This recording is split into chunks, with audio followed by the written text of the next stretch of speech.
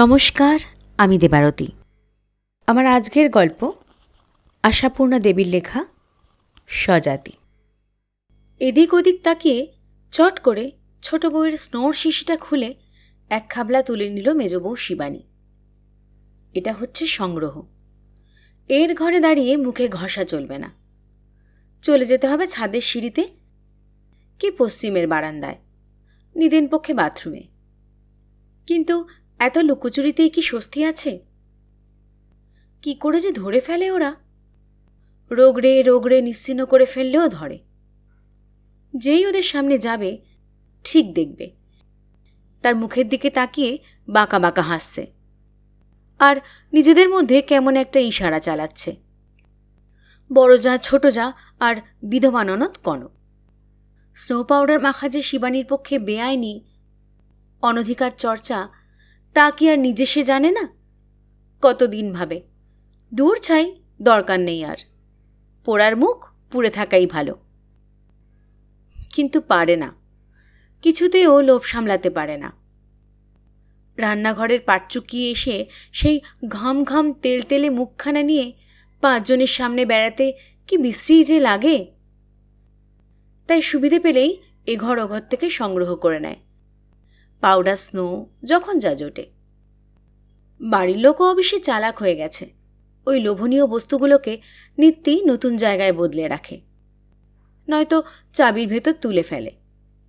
তবে অসাবধান বলে কথা। আজকাল আবার ছোট বউয়ের বছর আষ্টেকের মেয়েটা শিখেছে মুখের শ্রীবৃদ্ধি সাধন করতে। অসাবধানতাটা তারই বেশি। নিজস্ব একটা থাকলে এই চৌর্যবৃত্তির দরকার হয় না। তুচ্ছ বস্তু, অথচ এই তুচ্ছ বস্তুটাই শিবানীর কাছে কি দুর্লভ। সংসারে এমন উদার ব্যক্তি কেউ নেই যে শিবানীর এই মর্মান্তিক অভাবটা বোঝে। নিজের মা রয়েছে তার, পুজোর সময় যা হোক একখানা শাড়িও তো পাঠায় আঁচলে সিঁদুর ঠেকিয়ে। দু একটা প্রসাধন সামগ্রী পাঠালেই কি এমন মহাভারত অশুদ্ধ হয়ে যায়? তা নয়, মাও কঠোর দৃষ্টি হানবে মেয়ের এই তুচ্ছ দুর্বলতাটুকুর দিকে। কবে যে একদিন এইটুকু ধরে ফেলে মেয়ের মুখের জন্য চুনকালির ব্যবস্থা করেছিলেন তিনি। সত্যিই তো, স্বামী যার নিরুদ্দেশ, তার মুখে চুনকালি ছাড়া আর কি বা মানায়।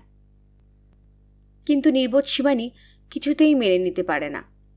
স্বামী নিরুদ্দেশ হয়ে গেছে বলে দৈবাত কোনোদিন অহেতুক একখানা ফর্সা কাপড় পাট ভেঙে পড়তে নেই তাকে? তেল চিটে মুখখানায় লাগাতে নেই একটু সাবান স্নো? আরশির সামনে দাঁড়াতে নেই 2 মিনিট? অন্ধকারে ছাতে আন্দাজে আন্দাজে মুখটা মেজে ঘষে চুলে একটু হাত বুলিয়ে অনেকক্ষণ আলসে ধরে দাঁড়িয়ে থাকে শিবানী। ধরো এমন যদি হয়, হঠাৎ একজন রাস্তা দিয়ে আস্তে আস্তে ঠিক এই বাড়ির দরজায় এসেই ওপর দিকে মুখ তুলে চায়, আর সঙ্গে সঙ্গে শিবানী ছাদ থেকে ঝাঁপিয়ে পড়ে রাস্তায়। লোকটা পাগলের মতো চিৎকার করে ওঠে, ছেলে মানুষের মতো আছড়া আছড়ি করে, শিবানীকে পথ থেকে কুড়িয়ে নিয়ে বুকে জড়িয়ে ধরে। কিন্তু কোথায় শিবানী? শিবানীর নিথর পাথর দেহটাকেই শুধু পায় সে। সেই হতভাগ্য লোকটা অবশ্য শিবানীর নিরুদ্দিষ্ট স্বামী।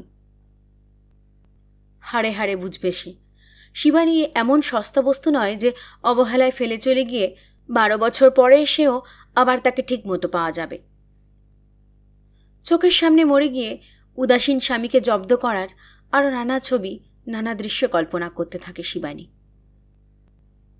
আবার এও ভাবে এক সময়, দূর ছাই, প্রতিশোধ নিতে গিয়ে নিজের জীবনটাকে বরবাদ করে দিয়ে কি লাভ? মরে গিয়ে তো আর দেখতে আসতে পারবে না সে। 12 বছর পর ফিরে এসে মানুষটা কুলে এসে তরি ডোবার মতো শোচনায় মর্মবেদনায় সত্যি আছড়া আছড়ি করছে কিনা।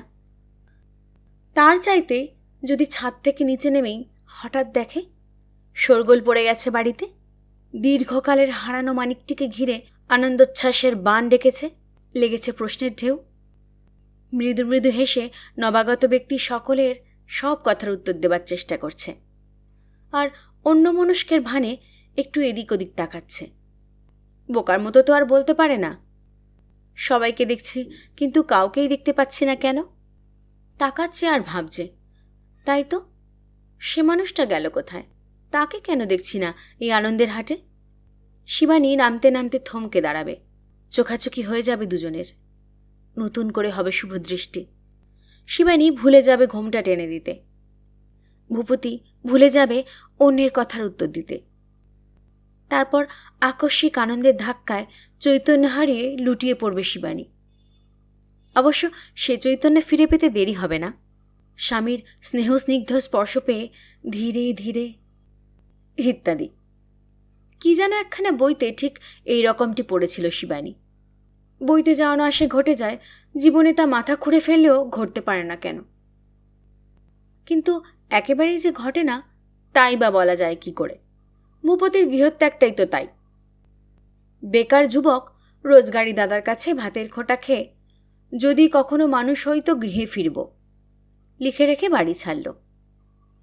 এই ঘটনা তো একাধিকবার পড়েছে শিবানী, গল্পে, উপন্যাসে। সেই গল্পের পরবর্তী কাহিনী অবশ্য শুধু মানুষ নয়, অতিমানুষ হয়ে উঠবার চমকপ্রদ কাহিনী। কিন্তু সেটুকু আর মিলল কই? অমানুষ ভূপতি তো কোনোদিন আর ফিরল না, নিজস্ব বেকার মূর্তি নিয়েও না। প্রথম কিছুদিন সবাই বলেছিল, রাগ দেখিয়ে বাড়ি ছাড়লেন বাবু। আচ্ছা, জগৎটা দুদিন ঘুরে আসুন, বুঝুন কত ধানে কত চাল। বাড়া ভাত নিয়ে কে বসে আছে রাস্তায়? ফিরে আসতে পথ পাবে না বাছাধন। সেই ভবিষ্যৎবাণী যখন বিফল হলো, দুদিনটা অনেক দিন হয়ে গিয়ে ঠেকল, তখন কিছুদিন ধরে চলতে লাগলো খবরের কাগজের মাধ্যমে আবেদন নিবেদন। কেটে কুচি কুচি করলে রাগ যায় না। এই মনোভাব নিয়ে ভূপতির দাদা বাংলা, ইংরাজি দুটো ভাষার মারফত নানা কাগজে মনোবেদনা জানাতে লাগলেন। ভূপতি, ফিরে এসো, আমি অনুতপ্ত। কেউ কিচ্ছু বলবে না। তোমার প্রস্থানে মেজ বৌমা শয্যাগত। যদি শেষ দেখা দেখতে চাও শীঘ্র এসো। টাকার প্রয়োজন থাকলে ঠিকানা জানাও, অবিলম্বে পাঠাচ্ছি। পতিবিরহে শয্যালীনা মেজ বৌমা বিপুল গোষ্ঠীর রান্নাবান্না সেরে এসে দুপুরবেলা বসত কাগজগুলো নিয়ে। কে যেন কোন ফাঁকে রেখে যেত তার ঘরে। সে যেন না ভাবে কিছুই করা হচ্ছে না তার স্বামীর জন্য। নিরুদ্দেশের কলম থেকে চোখ চলে যেত শিবানীর কর্মখালির কলমে।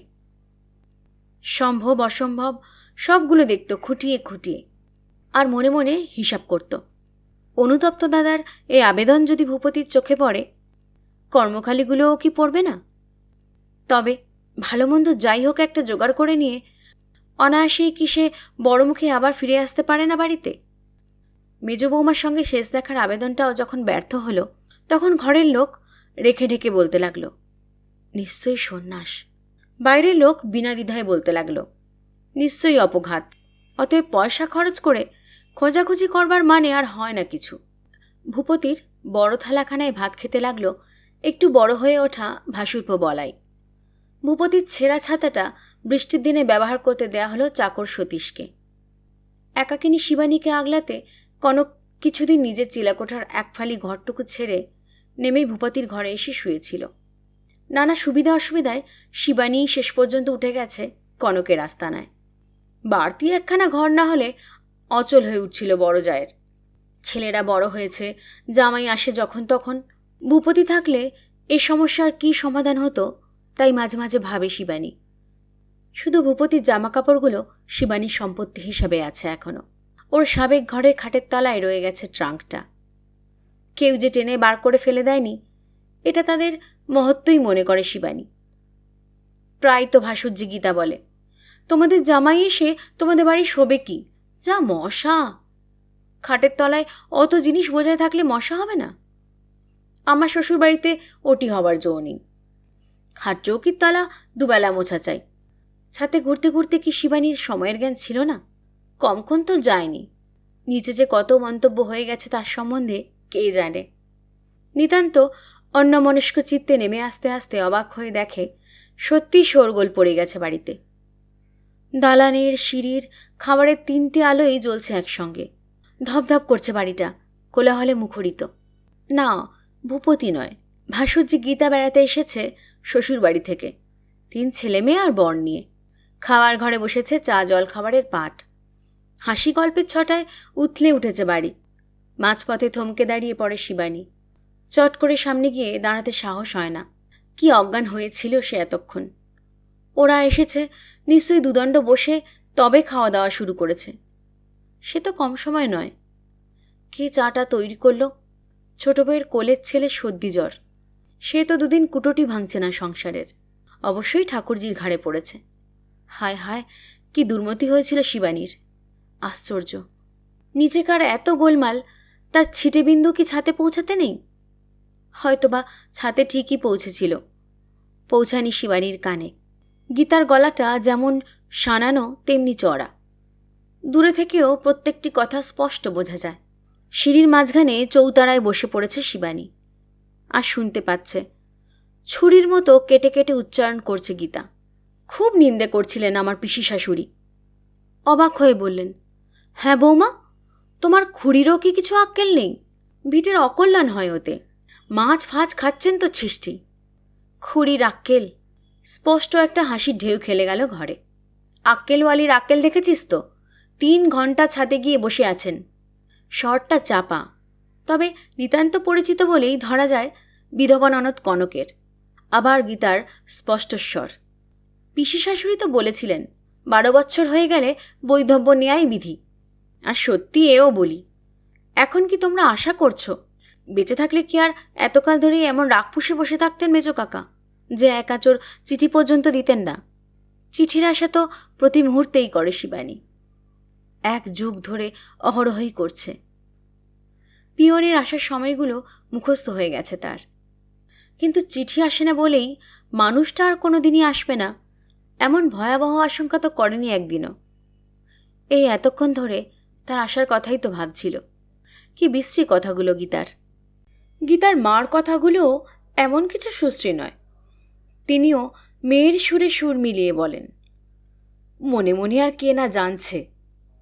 তা ওর যদি নিজের হুঁশ না থাকে, মুখের উপর বলবে কে? মাছ ছাড়বে মেজবউ? 16 আনার ওপর 18 আনা লো বইটিতে। শুধু মাছ, ডিম, পেঁয়াজ কি না খাচ্ছে! ছি ছি ছি। এবারে ঘরে একটা ছিছির ঢেউ খেলে যায়। এত স্পষ্ট ছিছি ভাব বোধ করি এর আগে কারো মনে আসেনি। গীতার পিশাশুড়ির জ্ঞানাঞ্জন শলাকায় চোখ ফুটল বলেই অনেক দিনের জমানো ধিক্কার একসঙ্গে ছড়িয়ে পড়ল। কথার জেদ টানেন বড়জা। খাওয়া পড়া কিসে লোভ নেই। ফুলকাটা ছিটের ব্লাউজগুলো দিব্যি পরছে। শুধু তাই, বুড়ো মাগির এখনও এমন প্রবৃত্তি, চুরি চামারি করে মুখে পাউডার ঘষে মরেন। কিসের সুখে ফিটফাট হয়ে বেড়াবার স্বাদ হয় প্রাণে, তাও জানি না। এই তো কনক, সেই 22 বছর বয়স থেকে এক বস্ত্র সার করে বসে আছে। কেউ কখনো বলতে পারবে না একখানা সাবান নিয়ে মুখে বুলিয়েছে কোনোদিন। চোখের ওপর এমন দৃষ্টান্ত দেখেও শিবানী অবাক হয়ে ভাবে, কনকের সঙ্গে ওর তুলনা কেন? কনকের না হয় মাখতে নেই, বিধবা মানুষ। শিবানীকেও ওরা একেবারে কনকের পর্যায়ে ফেলেছে কেন? কনকের মতো সাজ করে বেড়াবে নাকি শিবানী? আর হঠাৎ যখন ভূপতি এসে হাজির হবে, বলবে কি? এমনও তো হতে পারে দরজা খুলে দিতে শিবানী ছুটে যাবে, কে না কে ভেবে। বড়জা কথার ধারাবাহিকতা রক্ষা করে চলেছেন। যাই ভাগ্যিস দেবতার মতো ভাসুর পেয়েছিল, তাই তড়ে গেল। এখনো পর্যন্ত আমার সঙ্গে সমান করে চ্যাটালো চ্যাটালো পাড়ের মিহি মিহি শাড়িগুলো জোগাচ্ছেন। ছিঁড়তে না ছিঁড়তে সেমিজ জামা, দেখিস তো। তা এমন আক্কেল নেই যে বলবে ও সবে আর দরকার নেই আমার, কেন এত মিথ্যে খরচ। সিঁড়িতে বসে থেকে থেকে সিমেন্টের মেঝের সঙ্গে যেন পুঁতে যাচ্ছিল শিবানী, পাথর হয়ে যাচ্ছিল। তবু শেষের কথাটায় চমকে ওঠে। দরকার নেই? সেমিজ ব্লাউজেও আর দরকার নেই তার।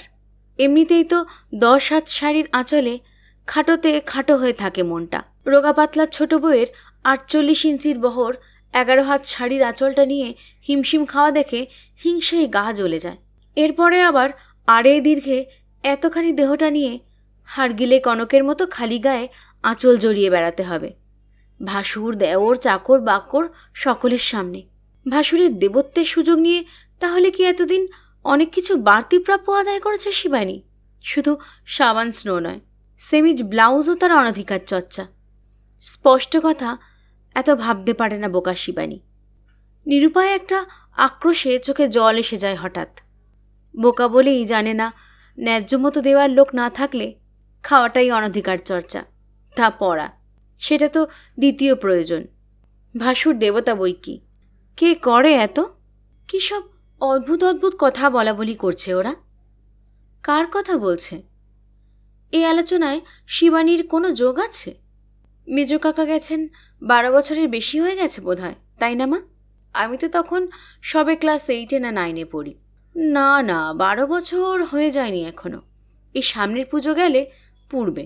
মনে মনে বোধ করি কি একটা মেয়েলি হিসাব নিয়ে কনক বলে, হ্যাঁ বেশ মনে আছে, কার্তিকের প্রথম দিকে, চৈত, পৌষ, ভাদ্র। কার্তিককে যে অগস্ত্য মাস বলে তা মিথ্যে নয়, অগস্ত্য যাত্রাই হলো। তুমি তখন সবে আতুর থেকে উঠেছ না বড় বউ? কানাই হলো তো সেবার। এই ভালো চাকরিটা হলো ছোটদার। কানাইয়ের জন্ম তারিখ, ছোটকর্তা বিভূতির নতুন চাকরি, কনকের জেঠ শ্বশুর মরবার অসুচ ইত্যাদি অনেকগুলো ক্ষুদ্র সংখ্যা নিয়ে অঙ্ক কষে ভূপতির গৃহত্যাগের নিট তারিখটা আবিষ্কার করতে বসে ওরা। কিছুক্ষণ ধরেই চালায় অঙ্কটা। হতবুদ্ধি শিবানী আড়ালে বসে অসহিষ্ণু হয়ে ওঠে। 2 আর 2 4 না করে 1.5 আর 2.5 যোগফলে 4কে দাঁড় করাবার মানেটা কি? ওরা কি পাগল? বাংলার 47 সালের 3রা কার্তিকের শুক্রবার, কোজাগরীর আগের দিন। এই তো এমন পরিষ্কার মার্কা মারা দিনটাকে ঠিক করতে সবাই মিলে গলদঘর্ম হচ্ছে। শিবানী ওখানে থাকলে কথা পড়তেই যে বলে দিত, কিন্তু শিবানীর পা দুটোকে বেঁধে রেখেছে, কিছুতেই যেন উঠে যেতে পারছে না। গীতার চড়া গলাও একটু খাটো হয়ে যায়। পিসশাশুড়িই বলছিলেন, তোমাদের কুলোগুড়োকে বরং আনাও একদিন, দীক্ষা দেওয়ার ছুতোয় ও কাজটাও সারা হয়ে যাক। দেখি তাই। তুই শুধু চা মিষ্টি খেয়ে শ্বশুরবাড়ি ফিরবি? শাশুড়ি খোটা দেবে দেখিস। এত করে বললাম খাওয়া দাওয়া করে যাবি, তো এসেই যাই যাই করছিস। বাবা, আশা কি হয়ে ওঠে? কত কাঠখড় পুড়িয়ে তবে এইটুকু ছুটি। এ আর তোমাদের বাড়ির বউদের আয়েস নয়। কার ছেলের একটু সর্দি হয়েছে তিনি আর ঘর থেকে বেরোবেন না, কার গরম লাগছে তিনি 3 ঘন্টা ধরে গায়ের ছাতের হাওয়া লাগাচ্ছেন। বাবা, কতই বা বয়স গীতার, কথা কয় এত পাকা পাকা। অতঃপর গীতার ছেলেদের হইচই ওঠে। সেই ফাঁকে নেমে আসে শিবানী। গীতা আধা আধি নিচু হয়ে একটা নমস্কারের মতো করে বলে, কি গো মেজখুড়ি, দর্শন মিলল তাহলে? আমি তো ভাবছিলাম আজ আর সেই সৌভাগ্য হলো না, চলেই যাচ্ছিলাম। ঘুম দিচ্ছিলে নাকি ছাতের হাওয়ায়? শিবানী অস্ফুটে একটু যা বলে সেটা ঘুমের সপক্ষে কি বিপক্ষে ঠিক বোঝা যায় না, কিন্তু সঙ্গে সঙ্গে গীতা আর একটা অদ্ভুত কথা বলে বসে। তুমি মেজখুড়ি মনে করো না কিছু, খুব সেরেছ আজকাল। এই তো 1 মাস 2 আগেও এসেছিলাম, আজ তার থেকে ঢের দেখছি। মুখের রংটা পর্যন্ত ধবধবে ফর্সা হয়ে গেছে। কে জানে এটা গীতার একটা চাল কিনা, স্নো পাউডারের ইতিহাস শোনার অভিব্যক্তি। অবশ্যই বলতে বাধাই বা কি, বেওয়ারিশ শিবানীকে মোটা হয়েছে বললে খুঁড়লে তো আর কিছু পাপে ডুববে না গীতা, নজর লেগে শিবানীও ক্ষয়ে যাবে না। শিবানীর উত্তর শোনার জন্য অপেক্ষা করে না গীতা। বলা নিয়ে কথা, কাউকে কিছু বলবার সুযোগ পেলে সে সুযোগ সে নষ্ট করে না, বলে নিয়েই এগিয়ে যায় পিসির দিকে। পায়ের ধুলো নিয়ে নিচু গলায় বলে, চললাম বাপু, আমার পিসশাশুড়ির কথাটা মনে রেখো। অবশ্যই তোমাদের প্রাণে তো লাগবেই, নতুন করে শোক জেগে উঠবে, কিন্তু বাবা ছোট কাকার কল্যাণটাও তো দেখা উচিত। 12 বছর পার হয়ে গেলে আর কিছুতেই সংসারের এইসব অনাচার করতে দেওয়া ঠিক নয়। গীতা চলে গেলে ছোট বউ, বড় বউ আর কনকের মধ্যে চলে ইশারা আর ফিসফিস। ঠিক নয় তা কি আর আমরা জানি না? কথাটা তোলে কে? ছোট বউ একটু উঁচু স্টাইলের হাসি হেসে বলে, গীতা ঘরের মেয়ে, সাহস করে বলো তাই। শুধু ওর পিসশাশুড়ি কেন, এ কথা তো কচি ছেলেটাও জানে। আমার সেজমাসিও তো অবাক হয়ে বলেছিলেন সেদিনকে, হ্যাঁ রে, তোর সেই যা এখনও তোদের হেসেলে খাওয়া মাখা করে, নিয়মিত দুবেলা টকটকে করে সিঁদুর পর্যন্ত পড়া চাই শুনে হেসেই খুন। বড় বউয়ের বাপের বাড়ির দিকেও কাদের কে যেন স্বামী বেবাগী হয়ে যাওয়ার ছুতোয় জন্ম এও থেকে গেছিল। সেই হাস্যকর কাহিনীর ইতিবৃত্তটা আলোচিত হয়। হেসে খুন হওয়ার সুযোগ হেরাও পায় একবার। অবশেষে কুলগুরু ডেকে এনে বর্তমান সমস্যার সমাধানটাই সাব্যস্ত হয়। যেন অনেক দিন ধরে সবাইকে বোকা পেয়ে ঠকিয়ে এসেছে শিবানী। আর নয়, আর বোকা থাকতে রাজি নয় কেউ। শুধু এখনও সাব্যস্ত হয় না ঠিক করে কোন তারিখে বাড়ি ছেড়েছে ভূপতি। তিথি নক্ষত্র ধরে শ্রাদ্ধপিণ্ড দিতে হবে তো তার, সেটাই তো শাস্ত্রবিধি। বৈধব্যব্রতেরও অনুষ্ঠান আছে বই কি। ফস করে শিবানীকেই একদিন জিজ্ঞাসা করে বসল কনক, গলাটা ভার ভার আর চোখটা ছলছল করে। মেজদা কতদিন হলো গেছে মেজবউ? সাল, তারিখ, তিথি সবই তো শিবানীর চোখের ওপর জলজল করছে। তবু অমন বিমূঢ়ভাবে বলল কেন? কি জানি ঠাকুরজি, ঠিক মনে করতে পারছি না তো। কে জানে কি ভেবে বলল, হয়তো কিছু ভেবেই বলেনি। অকস্মাৎ উদ্যত আক্রমণের সামনে আত্মরক্ষার সহজাত বুদ্ধিতে বলে ফেলেছে মাত্র। ও উঠে যেতেই কনক প্রায় সশব্দ মন্তব্য করে, তা মনে থাকবে কেন? নিরোজগড়ে লোকটা গেছে না বালাই গেছে? ভাসুরের মাথায় কাঁঠাল ভেঙে তোমার তো চলছে ঠিকই। নিজের খাওয়া, মাথা, টিপ, কাজল পরাটি বজায় থাকলেই হলো। বজায় থাকলেই হলো, না হয় শিবানীর ইচ্ছে বুঝলাম, কিন্তু বিচক্ষণ বুদ্ধিমান সংসারী ব্যক্তিরা বজায় থাকতে দেবে কেন? ভগবান যাকে মেরেছেন মানুষ তাকে আশকারা দেবে নাকি? সে যদি ধৃষ্টতার বশে রূপ, রস, আলো বাতাসের দিকে তার লোভের হাতটা বাড়ায়, সেই হাত মুচড়ে ভেঙে দেবে না নীতি নিয়মানুগত সুস্থ জীবেরা? সব সময় না হোক, কোনো কোনো সময় শাস্ত্রবাক্য মানতে হবে বই কি। পিসিমাসির শাস্ত্র নয় বাবা, সত্যিকার শাস্ত্রে আছে। যুগ পূর্ণ হলে নিরুদ্দিষ্ট ব্যক্তিকে মৃত গণ্য করা বিধি। আইন পর্যন্ত সে শাস্ত্র মেনে চলে। সাল তারিখের হিসেব বেরোয় কিছু কাঠখড় পুড়িয়ে। সামনের কোজাগরিতে যুগ পূর্ণ হবে। কুলগুরুকে ডাকিয়ে এনে মারণ যজ্ঞের বিধি ব্যবস্থা নেওয়া হয়। শিবানীর মন্ত্রদীক্ষাটাও হয়ে যাক সেই সঙ্গে। অদীক্ষিত শরীর প্রেতাত্মার সমান বই তো নয়। বড়কর্তা হাতে করে আনতে চান না, ছোট দেওরকে দিয়ে একজোড়া ধোঁয়া থান আনিয়ে রাখেন বড় বউ। আর কোজাগরের আগের দিন ঘটা করে আনান বড় একখানা মাছের লেজা। কনক আবার আলাদা করে নিজের পয়সা দিয়ে আনায় ভেটকি মাছের পেটি আর মৌরলা চুনো। জিনিসগুলো নাকি শিবানীর বড় বেশি প্রিয়। জন্মের শোধ আশা মিটিয়ে নিক। শিবানী যে ভাবে কনক তাকে ভালোবাসে না, কত ভুল ধারণা সেটা। পরিপাটি করে বেড়ে ভাতের কাশিটা শিবানীর সামনে বসিয়ে দিয়ে ছোট বউ একটি নিঃশ্বাস ফেলে বলে, 3 জায়ে একসঙ্গে খেতে বসতাম, মাঝখানটা ফাঁকা হয়ে যাবে। কনক থানের আঁচলটা তুলে চোখের কোণ ঘষে। বড় যা একটা খেদ সূচক ধ্বনি করে বলেন, শাস্ত্রপালার ব্যাপার, না মেনে তো উপায় নেই। আবার দেখো, 20 বছর পরে নিরুদ্দেশ মানুষ ফিরে এসেছে, এমন গল্পও শুনেছি। গল্পে কি না শোনা যায়। গল্পের গরু যে গাছে ওঠে, গোয়ালের গরু কি তাই পারে? না লোকে সেই ম্যাজিক দেখবার আশা করবে। রাতটা পোহায়, সৌভাগ্যবতীদের চোখে দেখা নিষেধ। কনক একাই যায় মেজ বউকে নিয়ে গঙ্গার ঘাটে। শাস্ত্রীয় যাবতীয় দুঃসহ কর্তব্য সেরে বাড়ি ফিরে দরজার গোড়া থেকেই ডুকরে ওঠে। লক্ষ্মী পুজোর দিন আজ ঘরের লক্ষ্মীর কি অলক্ষ্মী বেশ করে আনলাম আমি গো। আমার কপালে এত সাজাও লিখেছিল ভগবান। চিৎকারটা একটা ওয়ার্নিংও বটে।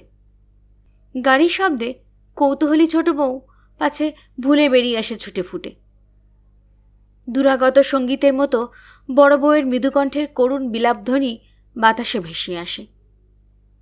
বহুদিন বিস্তৃত মেজ ঠাকুরপোকে উদ্দেশ্য করেই বোধ করি এই বিলাপবাণী।